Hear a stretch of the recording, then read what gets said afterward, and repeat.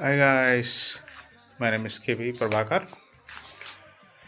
అయితే చిన్న విషయం షేర్ చేసుకోవడానికి వచ్చాను అనమాట. మనకందరికీ, మానవులందరికీ తెల్లవారుజామున కళలు వస్తాయి కదా.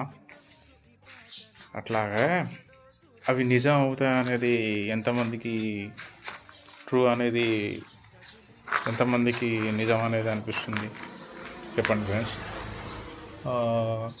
నాకు నల్గొండకు వచ్చినాక షిఫ్ట్ అయిన తర్వాత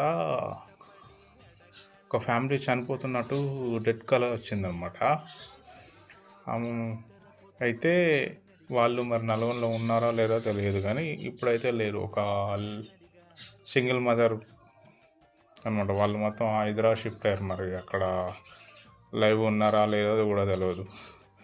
ఇలాంటివి వచ్చినప్పుడు మీకు ట్రూవా ఫాల్సా అనేది మీకు తెలుస్తుంటుంది కదా, ఐడియా ఉంటుంది కదా. అలా ఎవరికన్నా జరిగిందా?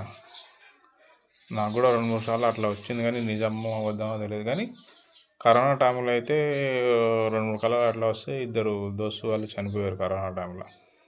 ఒకడు విలేజ్లో చనిపోయాడు, ఒకడేమో బాగా తాగి వానికి క్యాన్సర్ ఉండే అనమాట. చిన్నతనం నుంచి క్యాన్సర్ పేషెంట్ అనమాట.